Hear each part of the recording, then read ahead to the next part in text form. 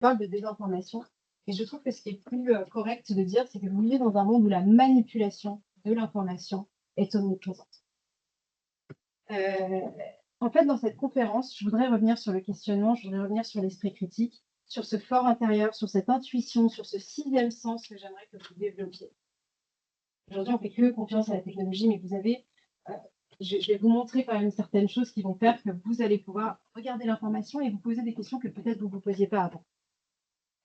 Donc dans un premier temps, alors attends, je sais pas, je sais pas si je dois le pointer quelque part. Voilà, passe là. Voilà, hop. Donc oui, bon, je vais y arriver. Donc dans un premier temps, je voudrais que vous compreniez un petit peu mieux le monde dans lequel vous vivez. Et dans un deuxième temps, je voudrais qu'on fasse un petit examen de conscience sur le travail journalistique qui a été fait jusque-là et pourquoi on en est là. Et donc là, c'est moi qui vais faire aussi le travail d'introspection. Peut-être qu'il y a aussi des choses que les journalistes ont fait, qui nous ont menés à où on en est aujourd'hui. On va faire un petit examen de conscience. Et je voudrais savoir, à cet égard, si vous vous sentez satisfait du travail journalistique qui est fourni. Parce que vous avez ce droit de dire non, je ne suis pas satisfait, je trouve ça pas suffisant, pas assez intellectuellement fourni. Donc voilà. Alors sachez que la désinformation, mais vous le savez déjà, c'est pas nouveau, ça a toujours existé. Avant, on utilisait tout simplement des termes plus simples, on utilisait rumeurs, on utilisait propagande ou encore manipulation. C'est un art que l'homme développe depuis la nuit des temps, d'accord? Donc il n'y a rien de nouveau là-dessus. La seule chose qui a changé, c'est qu'avec l'arrivée des réseaux sociaux et des plateformes, tout le monde a maintenant une plateforme d'expression et peut donc s'exprimer. Vous êtes donc dans une situation de surinformation où, en gros, je vais pas y arriver, mais voilà. Où en gros, vous avez une masse d'informations qui est absolument énorme. Vous êtes des digital natives, et moi, j'ai connu le moment où on avait finalement assez peu de sources. On ne se posait pas vraiment la question. On savait qu'il y avait des médias qui étaient plutôt de droite, des médias qui étaient plutôt de gauche. Bon, voilà, là, aujourd'hui, vous avez une démultiplication des plateformes. Vous avez des réseaux qui sont anonymes. Vous avez des médias traditionnels, des médias alternatifs. Vous avez de tout. Et vous avez aussi les particuliers qui peuvent aussi donner leur avis. Alors, sur ce sujet, moi, je trouve que c'est une énorme richesse. Parce que là où avant, les journalistes pouvaient décider de qui s'exprimait ou pas auprès des gens, là, ça a ouvert le champ des possibles aussi des experts qui sont dans l'anonymat, mais qui sont des experts et qui, de temps en temps, vous devez le voir, font des threads absolument incroyables sur les réseaux et vous déroulez, vous êtes là, attends, c'est génial. Donc, il y a vraiment des gens, ça a donné la parole à certaines personnes qui sont vraiment extraordinaires. En même temps, ça fait que maintenant, vous devez apprendre à trier. Voilà ce que vous devez faire aujourd'hui. Alors, en tant que journaliste, quand on me donne un sujet, ce que je vais faire, c'est que je vais essayer de me faire une idée globale du sujet que je dois traiter. Et après, je vais prendre au fur et à mesure un fil d'Ariane que je vais remonter. Puis je vais trouver un nœud sur ce fil d'Ariane. Je dis, attends, je comprends. Et là, hop, je vais essayer de trouver encore une réponse. Et je vais prendre un autre fil d'Ariane et un autre. Sauf que sur ce fil d'Ariane, quand vous essayez de comprendre un sujet, vous allez être sur un chemin qui est semé d'embûches. Pourquoi? Parce qu'en fait, pour comprendre dans le monde dans lequel on vit, vous devez comprendre que chaque acteur de la société a maintenant une plateforme pour s'exprimer et chaque acteur de la société a un intérêt plus ou moins ouvert à manipuler ou à tordre un petit peu ou à arranger un petit peu la réalité. Donc, et puis, vous pouvez peut-être vous dire que ce sont que les méchants pays de l'axe du mal qui vont faire de la désinformation et qui vont venir nous déstabiliser. Vous auriez raison, ça arrive. On a vu ça avec la Russie avant des élections, ça arrive effectivement. Mais il y a aussi des choses beaucoup plus subtiles qui peuvent se passer, qui peuvent se passer au sein de nos démocraties. Ce n'est pas que voilà, un ennemi extérieur qui ferait cette désinformation. De temps en temps, il faut que vous compreniez en fait que l'information, même dans nos démocraties, elle n'est jamais neutre. Et que de temps en temps, elle est même complètement fausse. On va prendre l'exemple, par exemple, mais vous le connaissez tous, hein, Colin Powell, 2003, en Irak, devant l'ONU, qui va montrer sa fiole, qui va montrer des plans d'armes de destruction massive, qui va permettre aux États-Unis d'envahir l'Irak. C'est une démocratie. À côté, je ne sais pas si vous connaissez, est-ce que vous reconnaissez cette jeune fille? Alors, c'est une jeune fille qui s'appelle Nayara, on est dans les années 1990. Et c'est une jeune fille qui, devant le Sénat américain, va dire avoir vu de ses propres yeux des soldats irakiens arracher des bébés de couveuses dans des hôpitaux. C'est-à-dire que cette jeune fille sera en fait la fille du diplomate koweïtien. Tout a été inventé, c'est ce qui a permis l'invasion du Koweït. Là, on est aux États-Unis et c'est grave, mais il y a d'autres choses qui peuvent se passer, notamment ici en France, et de manière beaucoup plus subtile. Les histoires de couple, on n'en a rien à faire. Qui décident de se mettre des claques, ça me passe au-dessus. Ce qui m'intéresse dans cette histoire de la baffe de Brigitte Macron contre son mari, c'est ce qui s'est passé au niveau de l'Élysée. Je vous donne juste le contexte. L'avion. Je te confirme qu'effectivement, il n'y a pas d'autre qui est derrière. Ok, bah c'est que je me trompe, il dit peut-être. Eh bien. Attends, elle est là, Sylvie, ou quoi? Je ne sais pas. Ça tape pas aider. L'avion présidentiel, si vous vous souvenez, est sur le tarmac. Je ne sais pas si vous avez suivi cette histoire même. C'est sur le tarmac en Bretagne. La porte de l'avion s'ouvre et Emmanuel Macron tourne la tête, voit toutes les caméras et là, il se prend une grosse gifle. Les premières images à arriver sur les réseaux sociaux, ce sont des images qui sont prises de billets, donc on n'est pas trop sûr de ce qu'on voit. Et dans la nuit, un communicant va appeler l'Élysée en disant attention, il faut que tu réagisses. L'Élysée réagit du tac au tac. On reçoit tous, les journalistes, un communiqué officiel qui nous dit que c'est une IA, que c'est un deepfake. Sauf que toutes les autres caméras, elles étaient en face de l'avion. Et la société de presse qui envoie toutes les vidéos aux rédactions, nous, on reçoit dans les rédactions, on reçoit toutes les vidéos qui arrivent partout dans le monde entier. C'est pour ça que vous avez des murs entiers de télé partout. On voit la version longue. Et donc, on voit, qu'est-ce qu'on voit? On voit la manche rouge. Et 2 secondes plus tard, la première dame qui sort avec sa veste rouge, qui descend sans tenir la main à son mari. Et évidemment, là, l'Élysée est obligé de rétropédaler et dire non, mais en fait, les époux chahutaient pour des contre-jeux. Ce que je veux vous dire, c'est que tous les acteurs de la société sont capables, ça ne veut pas dire qu'ils vont le faire, mais sont capables de le faire. Et ça, vous devez le garder en tête. Vous devez comprendre que ça peut être pour différentes raisons. Ça peut être pour des questions de sécurité, ça peut être pour des questions de contrôle de la narrative ou d'image. Et tout le monde est capable de le faire. Vous êtes dans une école de business, il faut que vous sachiez ça. Pourquoi? Parce que des États, des entreprises, des instituts de sondage, des ONG, des associations auront forcément un prix. Et ça, vous devez l'avoir en tête parce que vous ne pouvez pas être honnête. Si vous lisez une information, il faut que vous sachiez d'où ça vient. Et donc, là, ce que je vous propose, ce n'est pas de devenir parano, c'est juste d'être conscient de ça, de le garder dans un endroit de votre tête. Que chacun a son prisme idéologique. Chacun pousse quelque chose d'une manière ou d'une autre. Et donc, il faut revenir aux fondamentaux. Et les fondamentaux, c'est qui parle, pour qui, pourquoi maintenant. Je vous parle de questions vraiment basiques, mais qui vont vraiment vous aider à aller plus loin. Dans quel contexte, avec quels chiffres et quelles omissions? Parce qu'une information, ce n'est pas que ce qu'elle dit, c'est aussi ce qu'elle ne dit pas.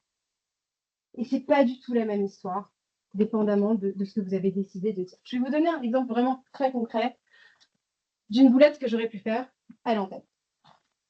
On reçoit une dépêche AFP. Donc, les dépêches, ce sont des feuilles, donc des textes qui vous expliquent exactement la situation. Ça tombe en temps réel, il y en a plein dans tous les sens. Et j'arrive à la rédaction, j'ai ma rédactrice en chef qui me tombe dessus, qui me dit Julia, faut que tu ailles à l'antenne. Là, dans 1 heure, il y a une explosion de cas de rougeole en Europe. Ah bon? Ça sort d'où ce truc? J'avais encore rien vu là-dessus. J'ai dit écoute, ce ne sera pas dans 1 heure, déjà, ce sera dans 2 heures. Parce que j'ai besoin de plus de temps, il faut que je vérifie certaines choses. Ça me paraît bizarre, la manière dont les choses sont faites. Faites toujours attention quand les choses sont trop alarmistes. Souvent, c'est que la réalité, elle est un petit peu autre. Donc, si je reprends les différentes questions que je vous ai proposées. Déjà, je vous lis le tweet. C'est quelque chose qui va partir de quelqu'un qui s'appelle Hans Klug, qui est à la tête de l'OMS pour la région Europe. Nous assistons à une résurgence alarmante des cas de rougeole dans la région européenne. Les cas signalés ont grimpé de 42 200 en 2023 contre 941 en 2022. Je réitère mon appel à une action urgente pour combler les déficits immunitaires grâce à la vaccination. Très bien. Donc, si je dois répondre aux questions, qui parle? Ça aurait pu être un organisme officiel de prévention, ça aurait pu être un communiqué relayé par une association. En l'occurrence, là, c'est une agence de santé publique. Attention, parce que dans ces cas-là, on a tendance à baisser la garde parce qu'on se dit, bon, c'est un organisme public, il n'y a pas de raison qu'il manipule l'information. Pour qui? Là, clairement, c'est diffusé sur X. Donc, c'est pour le grand public. Ce n'est pas pour des politiques, ce n'est pas pour des décideurs, ce n'est pas pour les médias généralistes. Ça a vocation à toucher le public. Ensuite, pourquoi maintenant? ça pourrait être une publication d'un rapport annuel, ça pourrait être pourquoi est-ce qu'on décide maintenant de vous parler de la rougeole? Ça pourrait être, je ne sais pas, un débat budgétaire sur la santé, ça pourrait être dans le cadre de différentes choses. Là, en l'occurrence, on nous dit que c'est une urgence. Il y a une augmentation des cas et un besoin de vacciner. Et là, c'est très clair dans le tweet. En tout cas. Je continue. Quel est le contexte? OK, l'augmentation des cas en Europe. Je vais vous expliquer pourquoi il y a des guillemets. Quels chiffres? Et c'est là que ça devient intéressant. Donc, les chiffres qu'on me donne, c'est 42 200 en 2023 et 941 en 2022. Je me dis, qu'est-ce qui fait la différence entre ces deux chiffres? 2022, il s'avère que c'est une année qui est considérée comme creuse en santé parce qu'il y avait le Covid. Et donc, tout le monde a été confiné. Donc, sur toutes les maladies, vous avez une baisse significative des contaminations puisque personne n'est sorti de chez lui. Et ça, partout en Europe. Donc, ce que j'ai décidé de faire, assez rapidement, et je vous montre ce diagramme, franchement, vraiment pas beau, pour vous montrer à quel point il faut aller creuser de temps en temps dans les informations, dans des schémas complètement nébuleux, pour essayer de comprendre. Ici, donc, c'est les 2 dernières années, ici 2018, ici 2019. La région Europe, elle est là, en rouge. Vous voyez donc la différence. Donc, si je fais la différence avec avec cette année-là, je me rends compte qu'en fait, il y a moins de cas cette année qu'il y en avait en 2019. Donc, ils ont utilisé l'année où il n'y avait pas de contamination pour dire qu'il y a eu une énorme augmentation. Vous comprenez? Et qui plus est, quand je creuse, je me rends compte que dans cette région Europe, un tiers de ces contaminations en plus sont au Kazakhstan. Parce que dans la définition de l'Europe pour l'OMS, le Kazakhstan en fait partie. Sauf que, on est d'accord que le vrai titre aurait dû être augmentation des cas de rougeole au Kazakhstan. Bon, c'est moins vendeur, on est d'accord. L'OMS veut relancer la vaccination en Europe. Ce qui est une réalité. Ça ne veut pas dire que c'est une fake news, ça ne veut pas dire que c'est peut-être nécessaire de relancer la vaccination en Europe. Mais dans ces cas-là, est-ce qu'il ne faut pas le dire ouvertement aux gens? Au lieu d'aller faire peur et de dire il y a un foyer infectieux au Kazakhstan. C'est ça la réalité. Donc, c'est là où, voilà, je vais vous donner un autre exemple d'omission cette fois-ci, d'omission de l'information. On me dit, Julia, toujours, hein, c'est toujours explosion des cas de cancer du sein en Afrique de l'Ouest. On est France 24, le premier auditoire, c'est évidemment l'Afrique. Donc, je regarde ça, je me dis, mais mince, qu'est-ce qui a pu se passer? Dans son sujet, le journaliste dit, c'est parce que l'occidentalisation des modes de vie. Les gens mangent de manière beaucoup plus occidentale et c'est ce qui fait que ça développe le cancer. Sauf que dans cette histoire, en fait, il y a aussi une énorme campagne contre le paludisme qui a été faite, extraordinaire sur place, qui a fait que l'espérance de vie des femmes a augmenté de manière considérable et donc elles sont assez vieilles aujourd'hui pour développer un cancer. L'autre élément, c'était quoi? C'était elles sont assez vieilles pour développer un cancer et aussi parce que la prévention est montée, donc on les détecte. Là où avant elles avaient un cancer du sein, mais on ne le savait pas, et bien maintenant. Donc il y avait des choses extrêmement positives à dire aussi sur cette histoire. C'est sûr que quand on dit explosion des cas du cancer du sein, et c'est parce que l'Occident arrive avec tout sa junk food, c'est pas la même histoire. Donc c'est pour ça que, voilà, donc je vous inquiète, c'est pour ça qu'il faut faire très attention quand vous lisez un titre. Faites attention, dites-vous tiens, qui parle encore une fois? Pourquoi maintenant? À qui est-ce qu'il s'adresse? C'est vraiment des choses basiques, mais je vous assure que vous n'allez vraiment pas voir la même chose quand vous allez commencer à faire ça. Alors nous, en tant que journaliste, on est obligé de recroiser les informations. Comment est-ce qu'on fait? Je vous invite à faire de même. On va aller regarder différents médias, de différents bords politiques. On n'en a rien à faire. On regarde autant l'Humanité que le Figaro. Pourquoi? Parce que en croisant les informations, ça nous permet de voir qu'est-ce qui se chevauche, qu'est-ce qui a l'air d'indiquer qu'on va vers quelque chose de vrai. Qu'est-ce qu'on fait? On appelle les gens. Ça, c'est un réflexe que les gens n'ont plus. On se déplace pour aller les voir. On les harcèle de temps en temps même. Pourquoi? Parce que, en fait, les gens vous parleront toujours beaucoup plus honnêtement quand vous allez les voir, quand vous prenez votre téléphone. Ils vous diront des choses qu'ils ne vous disent pas en off, qu'ils ne vous disent pas en vrai. Donc, ils ne s'exprimeront pas dans les médias, mais vous, ils vous diront et donc ils vous donnent des pistes. Et donc, voilà. Donc, on vivait dans ce monde où tout le monde va. Donc, je vous ai donné certains exemples de comment on peut manipuler l'information. Et vous vivez aussi à l'ère des communicants, ça ne vous aide pas. Les communicants, c'est qui? Ce sont des gens qui c'est des experts de la communication. Et si vous êtes à la tête d'entreprise, vous aurez des communicants qui travailleront pour vous. mais c'est des gens qui font monter artificiellement certains sujets dans l'actualité. Ou c'est des gens qui vous amènent certaines solutions à certains problèmes, un peu comme ça sur un plateau, et vous ne savez pas trop d'où ça vient. Mais tout le monde commence à dire un peu la même chose. Vous commencez à entendre un peu la même musique qui est entonnée. Je ne sais pas trop qui a commencé à l'entonner, mais voilà, ça commence à sortir et on commence à toujours un peu tout. Vous allez de média en média, tout le monde dit un peu pareil.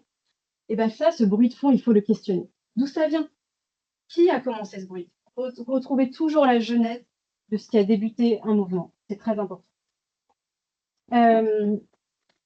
Alors ensuite, je vous ai dit, donc vous avez les communicants, vous avez plein de gens sur les plateformes qui donnent leur avis, vous avez tous les acteurs de la société qui maintenant peuvent s'exprimer. Donc vous êtes dans ce marasme d'informations et il va falloir trier. Et dans tout ça, il y a un dernier obstacle. Et pas des moindres, c'est vous-même. Pourquoi? Parce qu'en fait, vous avez des biais de confirmation, vous avez votre éducation, votre classe sociale, vous avez vraiment une vision du monde qui vous appartient. Et votre cerveau, il y a un truc qu'il déteste, c'est les informations qui vont venir contredire ça. Donc, c'est rien de nouveau, c'est pas parce que les bulles informationnelles et l'algorithme vous suivent. Depuis la nuit des temps, les gens qui lisent le Figaro continuent à lire le Figaro, et les gens qui lisent l'Humanité continuent à lire l'Humanité. Et je peux vous assurer que quand vous tombez sur une source qui va contredire ce que vous pensez, vous allez juste l'écarter. Vous n'allez pas le suivre. Et là, c'est la vraie résistance. Quand vous acceptez d'aller lire quelque chose qui ne vous paraisse pas vrai ou n'est pas complètement aligné avec vous-même. Là, vous commencez à ouvrir votre cerveau, vous commencez à vous ouvrir sur le monde et vous commencez à arrêter cette espèce ces deux bulles informationnelles qu'on a où les gens sont maintenant complètement polarisés. Et ça, je pense que c'est aussi à cause des journalistes. Donc, j'en viens justement à cette remise en question. On appelle ça les fake news. Je ne sais plus lancer dans mes slides. Oui, donc ça, c'est vous, avec votre cerveau. Voilà. Donc, on a utilisé le mot fake news quand il y a eu toutes ces théories du complot qui sont sorties. On a dit c'est des fake news, et puis d'un coup, on a dit bah, ça, ce sera de l'info, et ça, c'est de l'info. Et donc, d'une certaine manière, en l'appelant fake news, ça voulait dire que cette information était soit fausse, soit vraie. Sauf qu'en réalité, quand vous allez creuser, vous allez vous rendre compte que la plupart des théories du complot, même les plus farfelues, elles ont une part de vrai. Et ensuite, sur cette vérité, on est allé tordre la réalité. Je vous donne un exemple qui m'a fait rire, mais parce qu'en tant que journaliste scientifique, je connaissais ça et la rédaction ne le savait pas. Mais donc, il y a toute cette théorie du complot sur les chemtrails, vous avez dû en entendre parler. Donc, évidemment, on a eu du 1.tox, c'est pas vrai. Voilà. Sauf qu'un jour, à Dubaï, et pas si longtemps que ça, vous avez peut-être vu les averses de Dubaï. Et là, on s'est rendu compte qu'en fait, il y avait des manipulations du climat qui existent, qu'on utilise d'ailleurs dans nos vignobles en France tout le temps. Les journalistes n'avaient pas voulu aller creuser pour voir s'il y avait des types de manipulation de climat, si ça pouvait exister. Après, de savoir si c'est utilisé contre nous, c'est une autre chose, mais il y a une part de vérité. Donc, qu'est-ce qui s'est passé? Les journalistes ont dû revenir et dire ah oui, parce qu'en fait, on vous a dit que ça n'existe pas, mais ça existe, mais pas comme vous avez dit que ça existait, sauf qu'ils le disent après coup. Et le problème, c'est que pourquoi on en est arrivé là? C'est parce qu'il y a cette idée dans les rédactions, et ce depuis longtemps, que les gens ne veulent pas de nuances. Ils ne sont pas assez intelligents, je vais le dire honnêtement, pour comprendre de la nuance. Alors, je vais être claire avec vous, il y a des moments où effectivement des gens n'ont pas envie, n'ont pas le temps pour cette nuance, et je le comprends tout à fait. Par contre, de là à dire qu'on va leur retirer la nuance parce que de toute façon, ils ne verront pas la différence, je trouve ça un peu dur. Surtout que quand les gens se rendent compte que nous, on a retiré la nuance, ils se sentent floués. Et donc, qu'est-ce qu'on entend? Les médias nous mentent. Donc, qu'est-ce qui s'est passé? On a retiré la nuance pour rendre le truc plus punchy, pour faire plus de clics, pour se dire de toute façon, il n'y a que deux catégories, les conservateurs et les libéraux. C'est passé aux États-Unis. Et donc, où est-ce qu'on en est aujourd'hui? Bah, on en est à un moment dans l'humanité où la vérité n'a pas d'importance. Dans un camp comme dans l'autre, on parle toujours de Trump, et c'est vrai, parce que c'est d'autant plus fort de ce côté-là. Mais c'est pas ça qui est important. L'important, c'est si cette information va venir valider cette appartenance au clan, dans un sens comme dans l'autre. Donc, aux États-Unis, ça va être le clan Trump, et de l'autre côté, les libéraux aussi. De temps en temps, il y aura des choses qui vont être dites qui seront vraies, et ils diront non parce que ça ne correspond pas à leur vision du monde. Et donc, les gens ne parlent plus, tout simplement.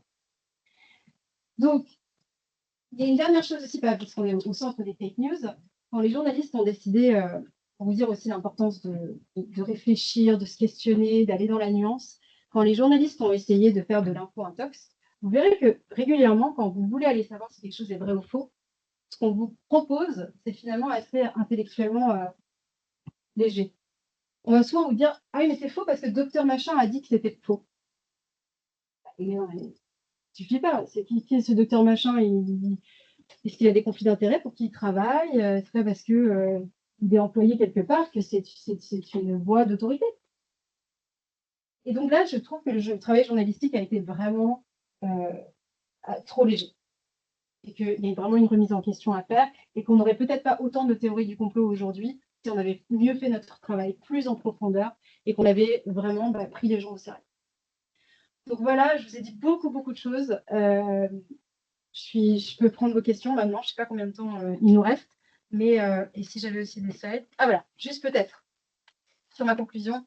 Vos petites cellules grises, c'est ça le plus important. Parce qu'en fait, dans tout ça, et je pense que c'est aussi ça qui est important, c'est que vous devez prendre plaisir intellectuellement à les décortiquer, ces choses-là. À aller savoir dans quel monde vous vivez.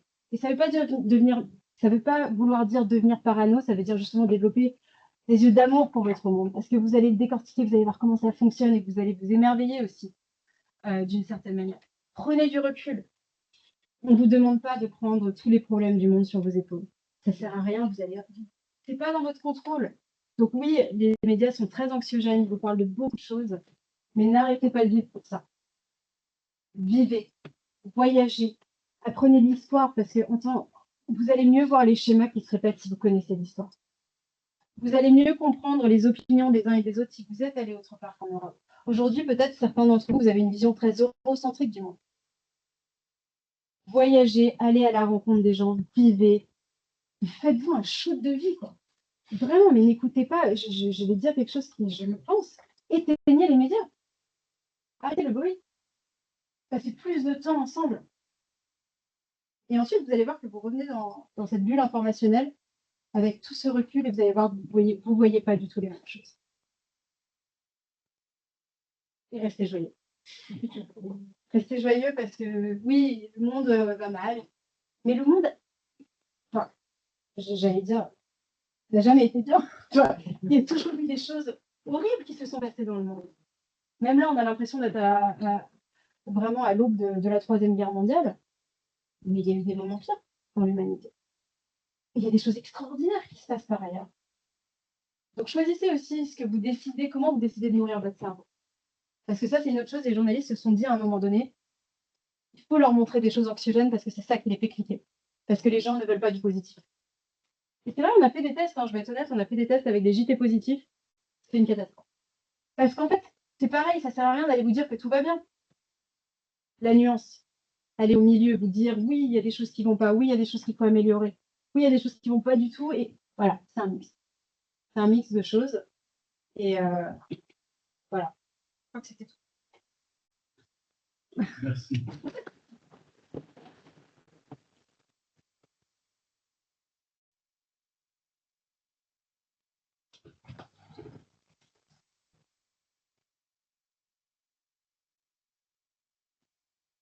C'est une question, il scanne le QR code, c'est ça? Non, le QR code, c'est pour mon Insta. Si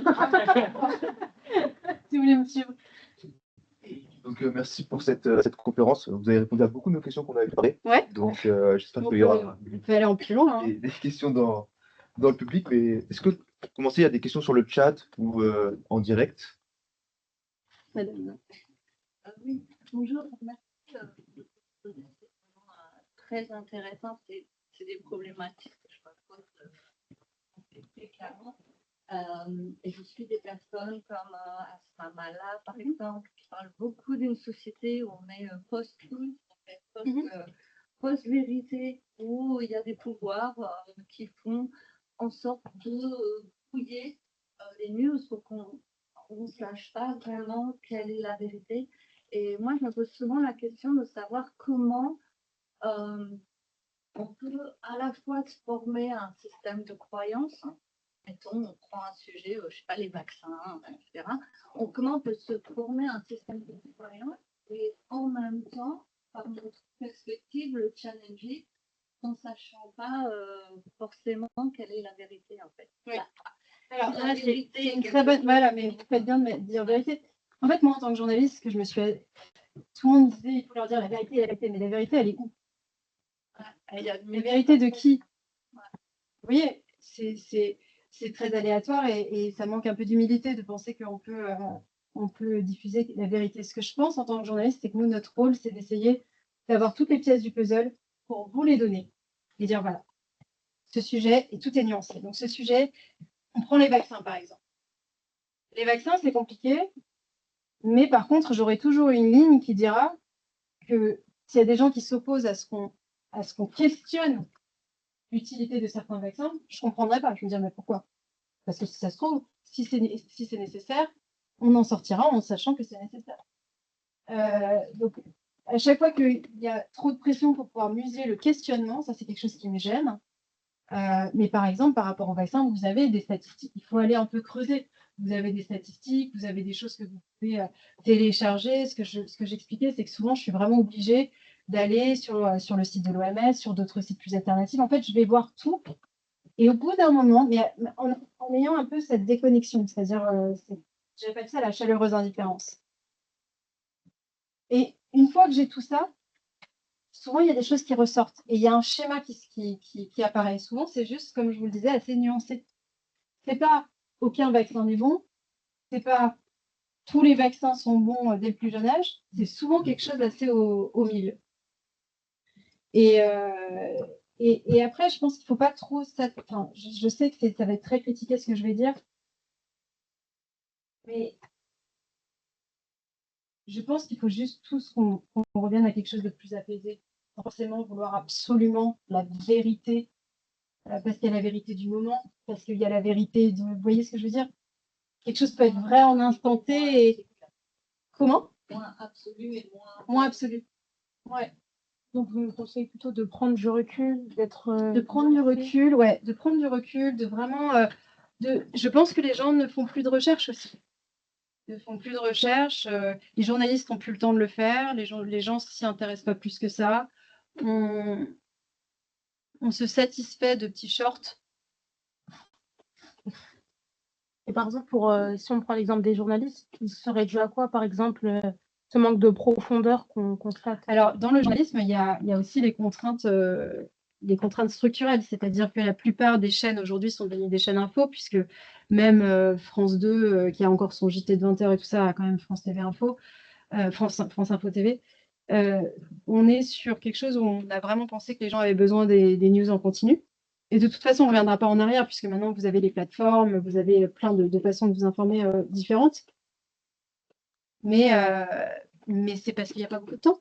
Comme je vous le disais, moi, je dois négocier avec mon rédacteur en chef et j'ai de la chance d'être à France 24, qui est une chaîne extraordinaire parce que déjà, c'est une chaîne qui est en 4 langues. Donc, je ne sais pas si vous imaginez, mais il y a le desk arabo, franco, anglo et tout le monde doit travailler ensemble.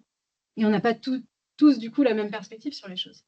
Mais quand il y a un conflit au Moyen-Orient, quand il y a un conflit, par exemple, et ce qui s'est passé au Venezuela avec Trump et tout ça, on a des Américains, on a des gens qui viennent de partout, qui nous aident à avoir cette ouverture d'esprit. Et je pense qu'il faut repartir au basique, j'arrête pas de le dire, mais la raison pour laquelle les fondamentaux sont les fondamentaux, c'est parce qu'ils marchent, en fait. C'est parce que c'est quelque chose qui va vous apporter un peu plus de paix intérieure. On parlait avec madame, où est-ce qu'on trouve la vérité? Parce que ce qui vous manque aujourd'hui, c'est ce calme, c'est cette paix, c'est de savoir, ok, bon bah. Et comme je vous dis, la plupart des choses, il y a du vrai, il y a du faux, tout simplement. Tout simplement, mais il n'y a pas besoin n'acceptez pas de vous faire polariser sur ces questions-là. C'est vrai que c'est assez dur parce que pour ma part, voilà, je suis issue de la génération Z, génération, on va dire, TikTok des fois. Donc, on a toujours eu l'information en continu. Donc, là, vous n'avez aujourd'hui, pas connu autre chose, c'est je vrai. m'imagine même pas en fait ce que c'est de. Ce que c'était notre époque archaïque. J'adore. Déjà, je pense qu'on sortait plus. On faisait la fête, comme c'est pas possible. Enfin, j'imagine que vous faites aussi beaucoup la fête. Mais ce que c'était, c'est que on était moins comme ça et on était plus comme ça. Ouais. Et comment on explique justement ce changement? C'est par rapport à la technologie En fait, tout a été fait pour que vous regardiez votre portable. Tout est fait pour vous attirer. la manière dont je vais réfléchir à un short. Par exemple, le titre que je vais mettre, je sais exactement où je vais aller taper dans votre cerveau. C'est de la dopamine, tout ça. C'est de la manipulation au niveau de votre cerveau. On sait que vous avez... Donc déjà, on vous a identifié. C'est si vous êtes de droite, de gauche. Je pense que l'algorithme vous connaît mieux que vous-même.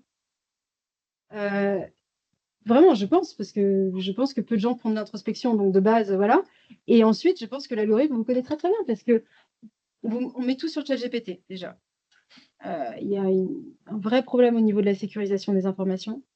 Vous déversez votre cœur dans ChatGPT. Toutes vos interrogations, la manière dont vous allez formuler vos questions, bah, ou la manière dont vous allez l'engueuler quand il ne dit pas ce que vous avez envie de dire. Mais t'es pas pertinent là. Pourquoi tu me réponds ce que je veux? Vous voyez ce que je veux dire? Donc tout a été fait pour ça, donc il ne faut pas s'en vouloir.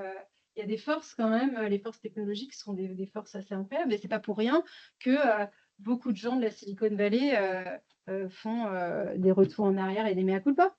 La personne qui a créé la notification, il a fait une dépression nerveuse. Mais vous imaginez ce qu'il a créé?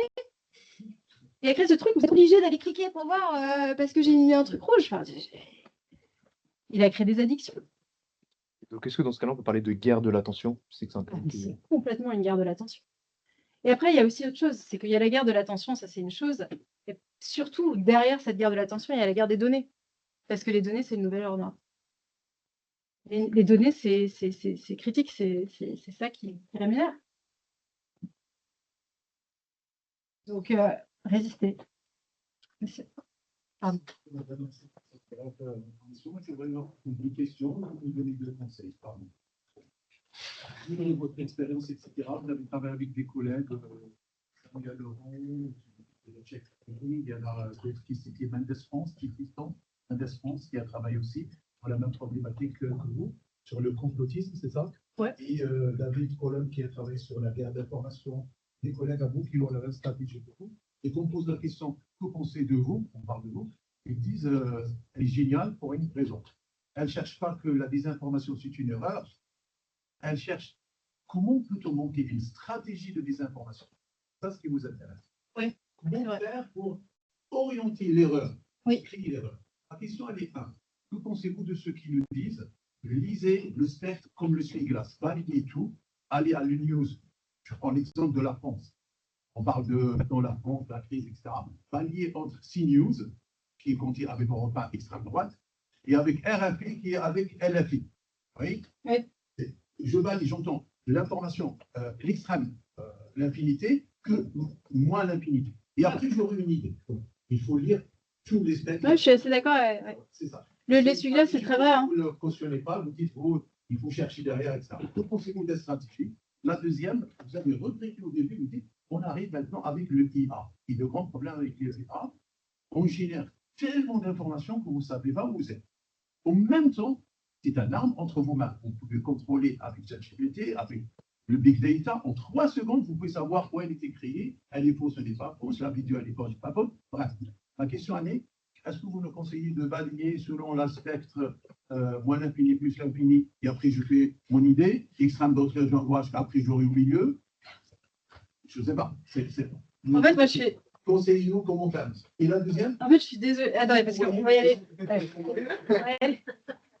Crescendo, attendez, je prendrai votre deuxième. Sur ce thème-là, je trouve que c'est ubuesque qu'on ait aujourd'hui une polarisation des médias qui est telle.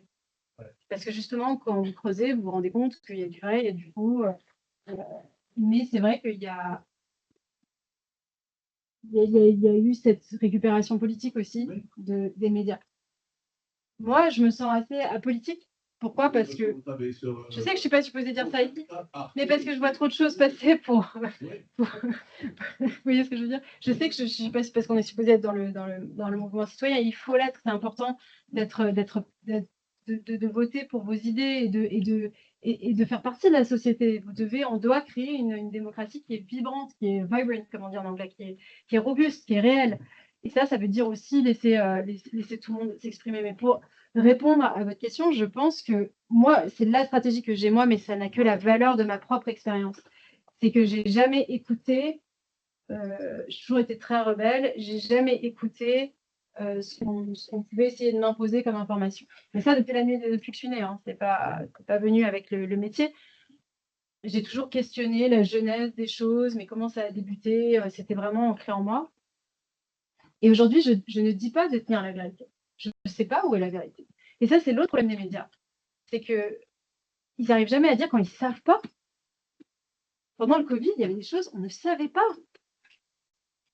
On vivait ça tous en temps réel, ensemble, et au lieu de dire on ne sait pas, non, il fallait dire oui, si, les masques, non, les masques. Je- Pourquoi? Parce qu'il y a une compétition aussi entre les médias. Donc là où l'autre va se positionner, si vous ne vous positionnez pas, c'est comme quand est-ce que vous décidez de donner une information. Ce terme, c'est donner une information. Est-ce qu'on donne, est-ce qu'on donne pas? Vous recevez une information, vous ne savez pas si c'est vrai. Il y a eu un deepfake récemment qui annonçait un coup d'État en France. Ouais. Mais on va aller vers ça. On va aller vers ça. Alors personnellement, moi j'ai été victime d'un deepfake, parce que ça c'est aussi l'autre problème, c'est que vu qu'on est exposé médiatiquement, ils utilisent nos voix, ils nous utilisent nos visages, et ils nous font dire tout et n'importe quoi. Et ça c'est très compliqué, parce qu'en plus les entreprises, vous allez le vivre, puisque vous êtes plutôt dans tout ce qui est management, mais vous allez vivre de voir la protection juridique aussi de ça, la responsabilité. Donc pour répondre à votre question, je sais que c'est pas simple. Je pense qu'il faut vraiment prendre un pas en arrière et se dire que toutes les informations, vous les abordez avec du recul et avec des pincettes. Voilà, tranquille. Et faites pas du binge drinking de l'info. Parce qu'après, on voit plus rien, on sait plus. Positif ou pessimiste concernant l'IA? Est-ce que vous pensez que ça va nous stimuler l'intelligence humaine ou plutôt la freiner, la ralentir? Je suis toujours optimiste. Je vous dis, il n'y a jamais rien qui me fait perdre cette flamme. Pour l'IA, ça va changer beaucoup de choses en fait. Et quand on est dans les transitions, c'est très inconfortable, comme je vous le disais. Parce que le cerveau n'aime pas ça, parce qu'on n'aime pas ça, parce qu'on aime ce qu'on sait, on aime ce qu'on connaît, on sait. Donc pour l'IA, je pense que ça va changer énormément de choses. Alors pour le coup, je suis moins optimiste que ceux qui disent: «Ah mais vous voyez, il y aura plein de nouveaux métiers qui vont émerger, nan, nan, et tout». Je pense qu'on va avoir le système de balancier. Il va y avoir une surutilisation de l'IA. Les gens vont se rendre compte qu'en fait, il y a plein de trucs qui vont pas. Et ils vont revenir vers quelque chose de plus adapté. Les gens vont vouloir revenir vers plus d'humain. Les gens, et j'ai confiance en ça, vraiment. Et donc, je ne sais pas si, évidemment, posez-vous la question, est-ce que le métier que je veux faire demain, il est facilement remplaçable par l'IA? Il y en a beaucoup, c'est vrai. Typiquement, le journalisme, je pense que, en plus avec le travail qu'on fait en ce moment, il y a moyen qu'on nous remplace. Non, je rigole. Mais faites aussi trouver quelque chose qui vous anime, qui fait que le matin, vous vous réveillez le matin et vous vous dites: mais attends, je suis payée pour faire ça. Mais bingo! C'est ça qu'il faut chercher. Et alors juste peut-être un dernier conseil. Moi, quand j'ai commencé à travailler, j'ai travaillé pour l'armée d'abord. Enfin, clairement, ça ne me correspondait pas de me réveiller aussitôt que les chefs d'état-major. Et aussi, ça ne me correspondait pas d'être à un bureau toute la journée. Et vous devez prendre ça en considération dans le type de métier que vous allez choisir. C'est quoi votre quotidien dans ce métier-là? Est-ce que c'est quelque chose où vous allez être à l'extérieur, en contact avec les gens? Est-ce que c'est quelque chose de plus taiseux? Est-ce que c'est... Il faut que vous considériez aussi, est-ce que ça fonctionne avec qui vous êtes? Et puis foncez, quoi. Vivez, foncez. Parce que moi, ce que je remarque avec l'IA, par exemple, je fais beaucoup d'événements, de gros événements, de tables rondes, de choses comme ça. Et si, par exemple, j'utilise l'IA pour écrire mes tables rondes, ça marche très bien, hein. Mais quand je suis sur scène, le contact n'est pas aussi bon. Et j'ai cette suspicion. Vous savez, les mots, c'est hyper important. Les mots que vous allez choisir, c'est ce qui va déterminer, c'est une graine que vous allez mettre dans la tête des gens. C'est ce qui va germer, c'est ce qui va créer une nouvelle réalité pour eux. Et j'ai cette sensation que l'IA crée quelque chose de mort. Les mots sont morts, en fait. Quand vous les dites, il ne se passe rien. Et je le vis, puisque si je prends ma table ronde écrite avec les questions et que je l'utilise, et bah, vu que ça n'a pas été généré par moi, vu que c'est pas sorti d'une émotion ou quelque chose, et bah, ce que je sème, c'est du néant. Alors que quand je l'écris avec le cœur. et ben ça se sent sur scène. Et j'ai pas les mêmes retours. Les gens vont me dire: «Ah là là, mais c'était extraordinaire le débat et tout, j'ai adoré!» Quand je l'ai fait moi-même et souvent quand je l'ai pas fait moi-même, faute de temps ou je sais pas quoi, bah, j'ai pas les mêmes retombées.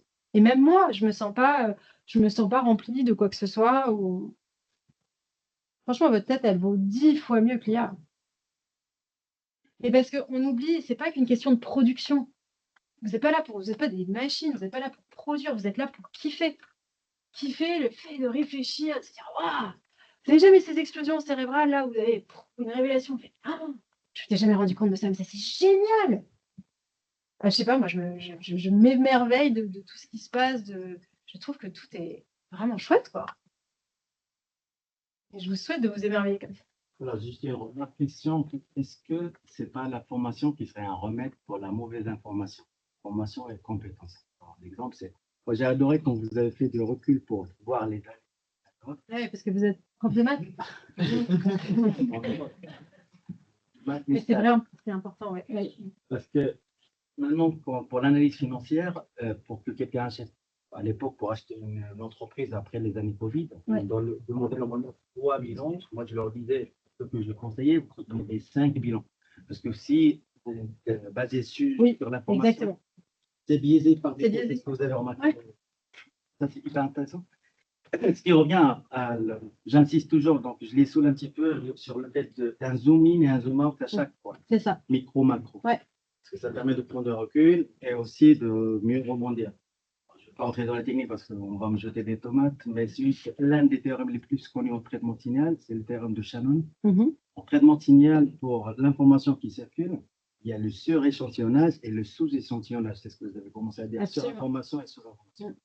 Et ça a pris du temps pour le démontrer, mais c'est à la base de toute communication. Si je reçois un Ouais. appel, c'est parce que Shannon existe. Donc, la bonne quantité d'information et la vraie et la qualité de l'information est très essentielle. Maintenant, je m'amusais parce que on avait assisté avec mes bachelors. On a sorti une petite connerie. J'avais cherché des données biaisées. Ouais. Sur les articles, alors, répartition des articles fake news selon le nombre de mots dans les articles. On a travaillé. Ouais. Et à la fin, j'aurais dit, bon, je vous ai un peu dupé parce que les données sont fausses et je les ai chopées juste de Bien chaque sûr. côté. Mais on a détecté que ça n'allait pas parce qu'on a un cerveau. Oui, et puis qui a décidé que c'était du fake news ou pas du fake news? Oui, exactement. Donc, du coup, la Ouais. source, c'est pour Ouais. ça qu'il faut faire Bien hyper sûr. attention. La source, c'est hyper important pour là. Absolument. J'insiste sur cette notion de la formation et la compétence, c'est ce qui va sauver les gens de Je fake suis news. d'accord. Un Absolument. exemple, quand on fait avec mon collègue, quand on fait de la formation sur Python ou sur les big data, Ouais. d'ailleurs, mes Absolument. PGE1, ils sont La là. qualité de la donnée est... Ouais, on leur fait du Power BI, on leur fait du Python, on fait en fait l'analyse des données. Ouais. Parmi les choses, parmi les fichiers qu'on traite et qu'on aime bien, c'est le fichier sur les céréales à manger le matin. Ouais. Et là, on creuse. On leur dit, maintenant, en fait, c'est tellement facile de contrer l'information si on a un cerveau. Parce qu'à l'époque, s'ils avaient su que c'était fait exprès, alors c'est pas de la théorie du complot, mais le matin, moi, je sais que j'ai pas besoin de sucre. Jusqu'à midi, il Ouais. ne faut surtout pas que je touche du sucre. Ouais. Parce que le foie, il va délivrer la dose qu'il faut Mm. pour qu'on soit bien jusqu'à midi. Mm. Sauf quand nous avons vendu les céréales, qu'on mangeait les machins. Les Bien machins. sûr. Quand on creuse, on trouve que c'est de la connerie. Oui, bien Il faut sûr. prendre du salé, il faut prendre des œufs. Je dis que ça ne coûte rien, mais c'est magnifique. Ouais. Et c'est ça vrai. pour dire. C'est vrai ce que vous dites. C'est pour ça que je dis. Mais après, il ne faut pas devenir parano, mais Non, non, non. tout, c'est ce que je vous dis, tous les acteurs ont un intérêt, quelque part, Il n'y a pas de à vérité. tordre la vérité. Il y a des intérêts, en fait. Mais ouais, non, Mais c'est super j'adore. intéressant. Et d'ailleurs, par rapport à la qualité des données, on voit aujourd'hui, c'est ce qui est absolument clé sur l'IA. Si vous n'avez pas une qualité de données extrêmement bonne, vous vous retrouvez avec des hallucinations. Mais en fait, l'IA fonctionne un peu comme nous. Vous vous retrouvez en hallucination si vous n'avez pas une bonne qualité de données. Mais ce que je vais venir, peut-être que je sais que c'est pas en vogue de dire ça, mais je trouve qu'il faut donner un peu plus d'importance à l'intuition aussi qu'on a. C'est une force intérieure humaine qui dépasse l'entendement pour moi. Et alors on va dire oui, mais attends, donc quoi, tu vas y aller non, c'est un tout. C'est cette intuition en même temps que les sources, en même temps que recouper, en même temps que creuser, en même temps que tout ça. Vous voyez, c'est un tout. J'aimerais revenir sur ce que vous avez dit juste avant, qui décide de ce qui est vrai et ce qui est faux. Le problème de beaucoup de debunkers, les je pense checkers. à Vrai ou Fake, Ouais. les, Un ancien collègue de France 24. avec Julien Pain, par Oui, exemple, bah oui, qui se c'est fait lui. souvent critiquer sur Twitter ou les décodeurs, Ouais. où leur manière de débunker une information est souvent un peu orientée ou Oui. biaisée. Elle n'est jamais totalement vraie ou fausse, Mm. mais toujours à nuancer. Ils vont dire qu'une information est fausse, mais ça va être plus compliqué, ou est vraie, mais ça va être plus compliqué. Ouais. Et le problème, c'est qu'aujourd'hui, il n'y a pas, c'est pas quelque chose de vrai à 100%. Il y avait eu. Mais ça n'a jamais existé en fait, la Oui, non, vérité bien à sûr. 100%. Là, on cherche quelque chose qui, depuis la nuit des temps, n'existe pas en fait. Je sais pas pourquoi, comment on a commencé cette quête. Si, parce qu'il y a eu des théories du complot, mais il y a toujours eu des placistes. Il y a Parce que toujours les eu gens, des. vu que c'est chiffré, s'imaginent à quelque chose de très vrai. Dernièrement, c'était sur. Enfin, c'est une affirmation que, comme quoi, une famille avec le RSA, toutes les aides et tout, pouvait gagner autant Oui. que un couple. Voilà. Ouais. Il avait fait tout un calcul pour démontrer tout Oui, ça. oui, oui. Et vu que c'est chiffré, on Ouais. s'attend vraiment à du binaire. Ouais. du Et en fait, Et c'est pas si simple. Ouais, exactement.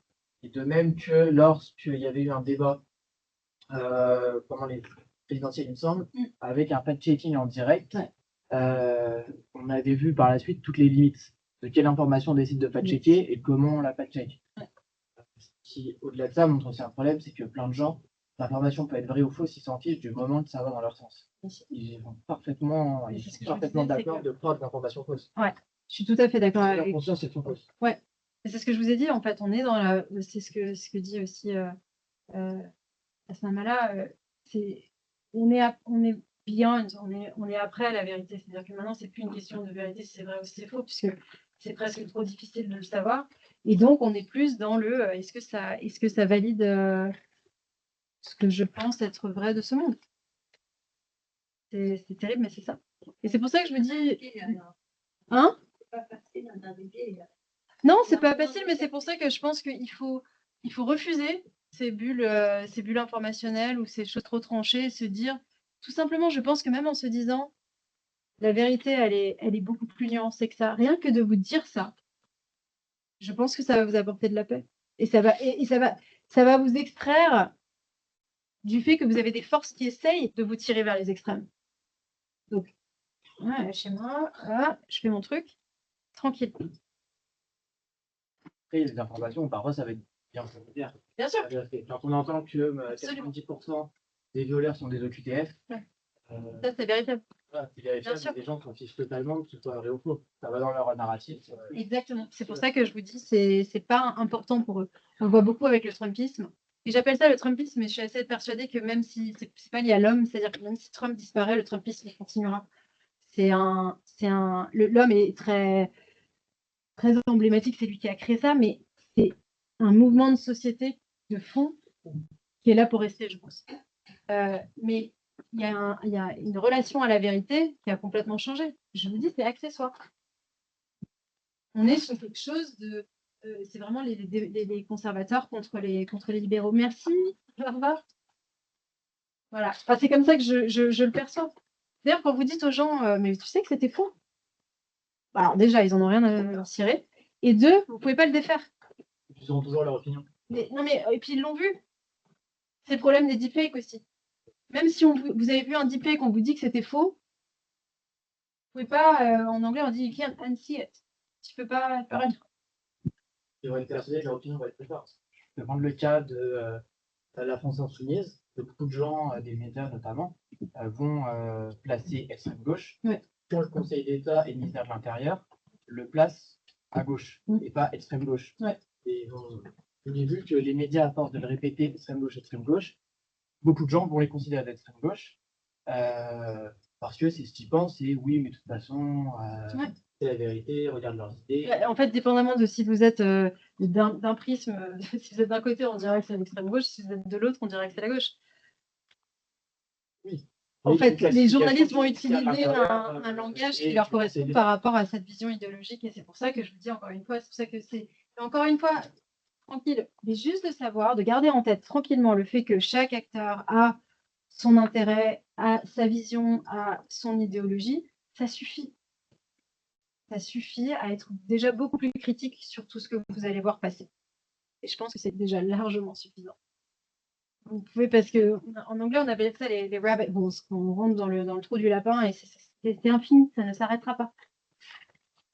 Vous pouvez te creuser tout ce que tu veux, ce que vous voulez, vous trouverez toujours d'autres terriers, d'autres tunnels, c'est infini. Donc voilà, je ne sais pas si ça a pu vous aider. Ça nous a beaucoup aidé. Ouais, Merci beaucoup en tout cas pour c'était vos chaud. réponses. C'était Je crois qu'il y a une dernière vraiment question, mais on n'a plus le temps, je crois. Si, rapide. Très rapide. On sait très bien que tous les médias aujourd'hui ont une ligne éditoriale précise. Ouais. Est-ce que vous, en tant que journaliste chez France 34, vous avez déjà été contre une prise de position sur un sujet qui diffère de votre ligne éditoriale à vous? Oui, bien sûr. Et comment ça se traduit vous vous opposez clairement aux médias ou alors vous faites passer Bah, ça donne lieu à des conversations intenses avec les rédacteurs en chef quand on n'est pas d'accord. Si vous avez des bons rédacteurs en chef, ils peuvent aussi décider de ne pas vous faire intervenir sur ce sujet si vous n'êtes pas à l'aise. Et vous avez aussi la possibilité de débattre. Et c'est ça qui est le plus important, c'est de dire, mais voilà pourquoi moi ça me met mal à l'aise. J'ai pas la réponse à cette question. Tu veux vouloir me faire dire ça, mais moi je suis pas sûre de ce que je vais dire. ça n'entache pas votre réputation à vous? Bah si, justement. C'est ça qui est drôle, c'est que le rédacteur en chef, évidemment, il veut que vous y alliez, mais c'est pas lui qui est à l'antenne. Donc, lui derrière, c'est pas lui qui va se retrouver avec ça de commentaires en dessous d'une vidéo. Donc, c'est plus simple pour lui, effectivement. Mais un bon rédacteur en chef écoutera son journaliste et vraiment prendra note. Et si vous avez une bonne relation avec votre rédacteur en chef, il n'y a en général pas de souci. Dire, écoute, vraiment, je le sens pas. Je suis pas d'accord avec ce qu'on va dire. Je suis pas sûre que ce soit si vrai que ça. Ou alors, c'est trop encore grossier. Voilà. Et encore une fois, demander plus de temps pour pouvoir plus creuser et apporter quelque chose de plus nuancé, avec plus d'épaisseur, voilà. Je vous en prie. En fait, par rapport à tout ce que vous avez dit, avec les informations, vous avez dit que vous étiez optimiste par rapport à l'IA. Mais si je devais vous poser une question, est-ce que vous serez plutôt optimiste si on devait se demander que vous serez lors de l'arrivée de l'AGI, donc l'artificielle généralisée? Ouais. Je sais pas ce que ça va faire. En fait, depuis que je suis journaliste tech, j'entends plein de gens qui font des plans sur la comète, qui nous disent comment le monde va être, et ça n'a jamais été vrai. On nous promet les voitures volantes depuis 20 ans.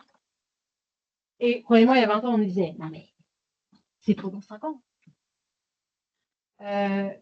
Et en fait, je pense qu'on arrivera sûrement à l'AGI.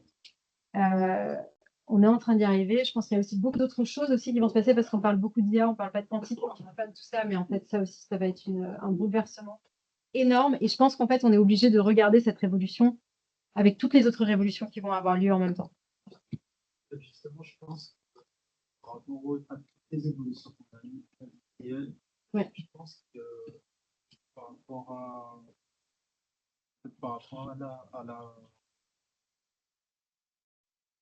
la révolution précédente, Oui. je pense que là, on est parti d'une évolution.